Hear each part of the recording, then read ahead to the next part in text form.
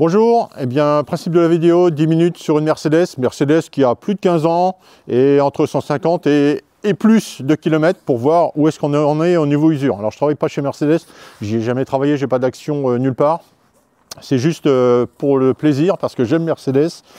Je connais un peu la marque quand même, évidemment, et je vais partager ça avec vous. Alors aujourd'hui, lui, un ML 280 2006. Donc voilà, plus de 15 ans, il a 267 500 km, presque 270 000. Donc là, on va en avion, on va pouvoir voir quelles sont l'usure.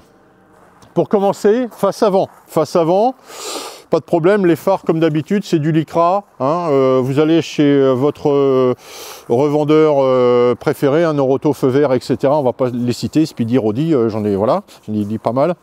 Ils vous vendent des kits, hein, ça vaut 20-25 €, vous refaites le phare et tout le monde est content. La peinture, mon cadreur Thibaut. Ouais, alors la peinture, qu'est-ce qui s'est passé? On va pas mettre ça sur le dos du Karcher. C'est certainement une voiture qui a eu un voile, comme on dit. Alors on ne fait pas des voiles sur les peintures, hein, on fait une vraie peinture, ça évite ça. Ou alors une peinture de piètre qualité. Je connais ce bleu-là. Il n'y a pas de raison que ça fasse ça. Qu'est-ce qui s'est passé? Je ne sais pas. Donc, comme on dit, bon à repeindre. Les disques ont été changés à 220 000 km. Bon, bien, honorable. On va ouvrir le capot. On va voir des choses. Alors, le ML 280, c'est un 3 litres. V6, tout propre. Oh, il est propre. Bon, il est propre peut-être parce que il y a eu du travail qui a été fait dessus. Alors, qu'est-ce qui a été fait dessus sur ce véhicule qui, je le rappelle, a plus de 15 ans et 270 000. Alors, le petit capteur de régulation turbo ici, mon petit cadreur là. Ça, au niveau mécanique, hein, n'importe qui peut le faire. Hein, il suffit d'avoir la clé, ça se fait assez bien. Après, le module de préchauffage pour les bougies de préchauffage a été changé aussi. Bon, ça vaut à peu près 150 € sur internet. Il a été fait vers 230 000 km. Ça va. Les 6 bougies de préchauffage ont été changées, les dernières, parce que tout n'avait pas été fait en même temps. Les dernières viennent d'être faites à 265 000. Bon, ça va, honorable, hein, vu le prix des bougies, il y en a 6. Pas de discussion là-dessus. C'est de l'entretien. Le boîtier papillon, là, par contre, un peu surprenant. Alors, on voit, il est tout neuf, hein, ici. Alors, le boîtier papillon sur internet, 150 € à peu près. Alors, habituez-vous, je vais vous donner des prix internet. J'évite d'acheter les pièces chez Mercedes parce que ça fait mal. Hein. Ça revient au même. Hein. Généralement, vous avez des signatures qu'on retrouve chez Mercedes hein, sur les pièces. Donc, il n'y a parfois pas d'intérêt d'acheter chez eux directement. Maintenant, si vous avez un doute, achetez chez eux. Évidemment, rien ne vaut la pièce d'origine. Donc, le boîtier papillon changé. Les filtres à air un peu moyens, bon, ils sont placés là, c'est à faire aussi, hein, ça a été fait, évidemment. Les 2 batteries ont été changées, c'est normal, pas de souci. Un peu moins normal, le compresseur de climatisation qui est très mal placé. On peut même pas le filmer tellement il est mal placé, donc on peut se rapprocher, on va dire au bout de mon doigt, hein, il est là-dessous. Hein. Voilà. Alors là, bon courage, hein, si vous le faites, niveau mécanique 3, hein, faut être bon. Faut avoir fait de la mécanique dans la vie, parce que les vis, on ne les voit pas spécialement déjà, donc il faut savoir un peu où on met les pieds. Et puis bon, c'est de la climatisation, il faut travailler proprement. Hein, c'est pas voilà, donc je vous déconseille de le faire si vous êtes un mécano, un petit mécano, quoi, un mécano qui aime la mécanique, mais qui ne l'a pas forcément étudié. Donc le compresseur de clim, il a été fait à 255 000. Donc c'est un peu surprenant sur une Mercedes quand même, un compresseur de clim. Alors le compresseur n'avait rien, c'est la poulie hein, qui a lâché. Donc bizarre, peut-être des à-coups, pas trop ce qui s'est passé. Bon, ça commence à bien faire hein, sur une Mercedes. Hein, et c'est bien que je commence par celle-là parce que elle a beaucoup de choses à dire. Le plus grave, ben, le plus grave c'est il y a à peu près 1 an cette voiture, ouais. Donc vers ses 16 ans. 16 ans et 260 000 km. Donc, s'est retrouvé en première.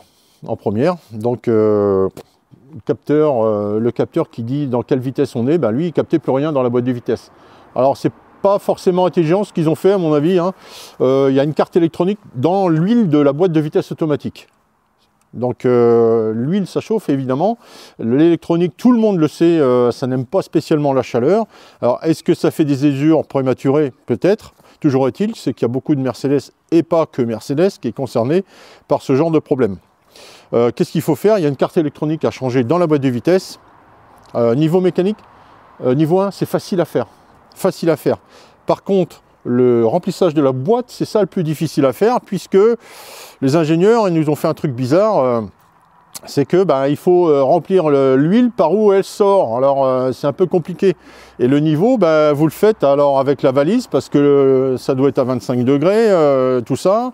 Et puis le niveau doit être évidemment rigoureusement bon, c'est mieux.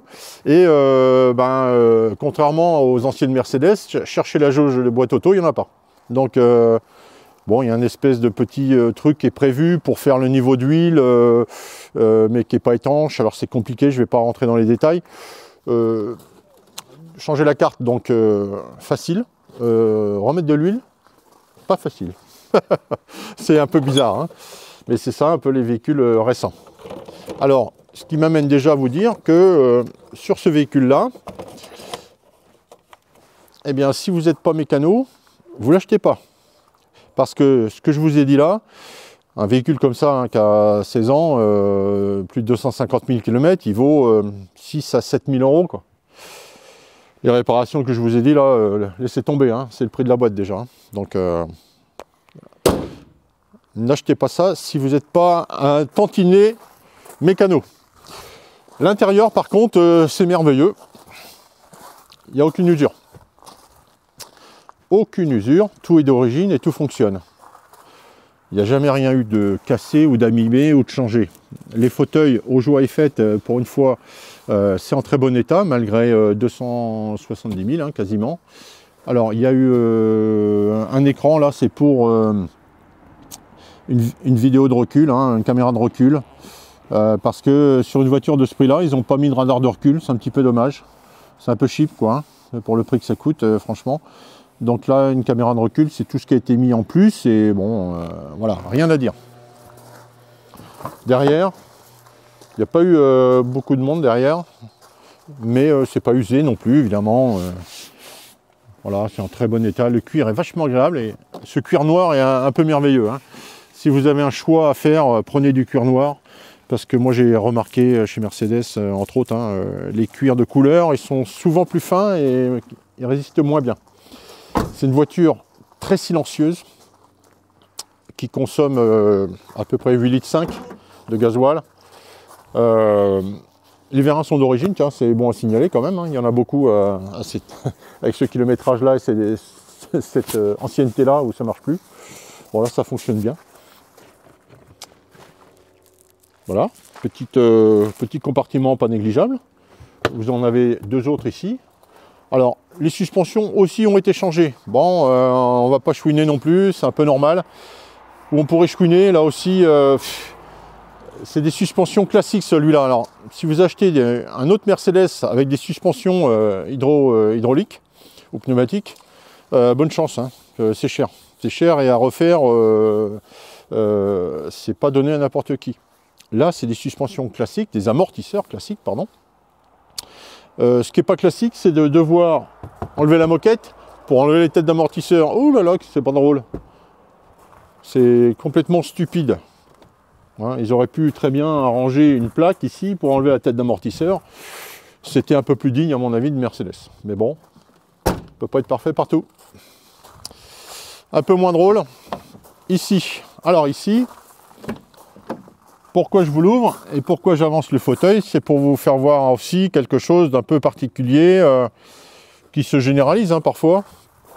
C'est qu'on a la batterie principale et la batterie de secours sous le fauteuil. Ici, on a une trappe, on la voit, la petite trappe là. Bon, il faut l'enlever et puis après, on a accès, presque accès, puisque il va falloir découper la moquette. Original, hein, découper la moquette, franchement. Après, la difficulté, c'est que moi je peux en parler parce que j'ai plus 20 ans. quand je dois enlever une batterie là-dessous, en faisant ce mouvement-là, un truc qui fait pas loin de 20 kg, je vous garantis que le soir, le dos, il est content. Alors les ingénieurs, ce serait bien de penser aux mécaniciens, parce qu'un jour, des mécaniciens, vous en aurez plus, et ça sera bien fait. Parce qu'on en a marre de porter des trucs, de se salir avec des trucs où il ne faut pas, d'enlever des moquettes alors qu'on pourrait s'en passer. Hein, ça fait de la main d'œuvre, donc ça augmente en plus le coût d'entretien des véhicules. C'est peut-être l'effet recherché, hein, mais faut bien penser que ce qui fait la notoriété d'une marque, c'est pas les voitures neuves, hein, c'est les voitures d'occasion. Hein. C'est combien elle a réussi à faire de kilomètres et dans quel état elle est après les kilomètres. Hein. Combien ça coûte de l'entretenir. Quand ça coûte cher, les gens ils s'en détournent. Donc soignez vos véhicules et vous en vendrez. Bien, on a fait le tour. Ouais, on a fait le tour. Alors, je le redis, si vous n'êtes pas mécano, vous l'achetez pas.